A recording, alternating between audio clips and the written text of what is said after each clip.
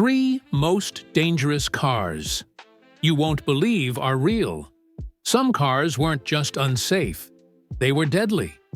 Whether it was due to poor design, explosive flaws, or a complete disregard for safety, these cars hit American roads and caused real damage. Automakers would like you to forget about them, but history remembers the danger. Support the channel with a subscription, and a like. Your support keeps us moving forward and making more and more reviews. Thank you. We are starting. Number 3, 1953, Ford Crestline. In the early 1950s, American cars were long, low, and dripping in chrome. The 1953 Ford Crestline was no exception. A stylish, full-size sedan with two-tone paint, decorative trim, and a powerful V8 under the hood. But beneath the gleaming surface was a harsh reality. This was a time before automakers gave serious thought to safety. The Crestline rolled off the line in an era when safety features were practically non-existent. No seatbelts, passengers were thrown into windshields in crashes. Steel dashboard looked elegant but caused horrific injuries in accidents. Rigid steering column. In a collision, it often impaled the driver. No crumple zones. The car didn't absorb impacts.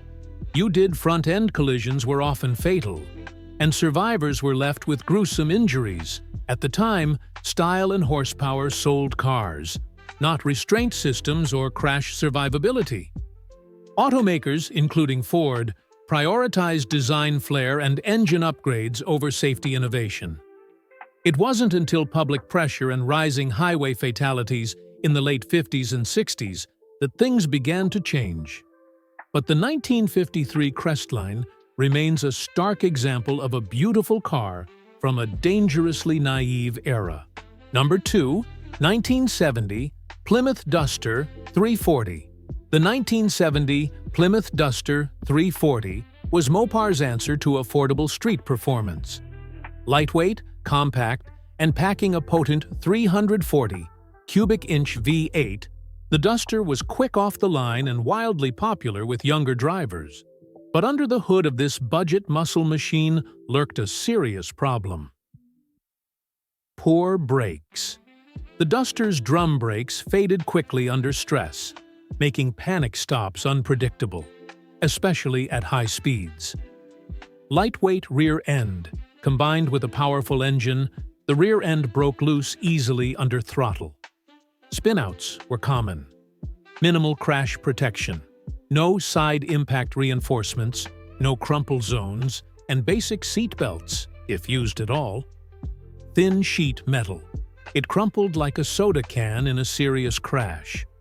Rural highway collisions were often fatal. With a 0 to 60 time under 6 seconds, the Duster 340 was quicker than many big block cars of its time. It was cheap, it was fast, and it made young drivers feel invincible. But for many, that combination led to tragedy. Today, the Duster 340 is remembered as a Mopar gem, but also as a cautionary tale from an era when performance far outpaced protection. A street machine with attitude, but without the safety net modern cars take for granted. Number 1, 1961, Mercury Comet.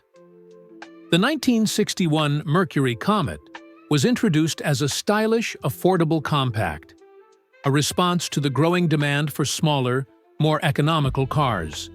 It was sleek, modestly powered, and widely marketed to families and young buyers.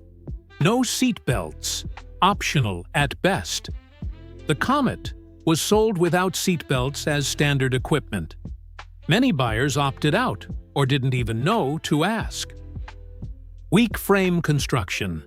Built on a lightweight unibody platform with minimal reinforcement, the car collapsed easily in frontal and side impacts. 0 crumple zones. There was nothing to absorb impact energy. It transferred straight to passengers. Steel interior. The dashboard, steering column, and interior trim were all metal. turning every collision into a shrapnel event. In T-bone accidents, which were especially common at intersections, the Comet offered no real protection. Thin door panels and lack of side impact reinforcement meant even low-speed collisions could be catastrophic. The 1961 Comet is a reminder of just how far we've come in automotive safety. It was stylish, reliable, and affordable.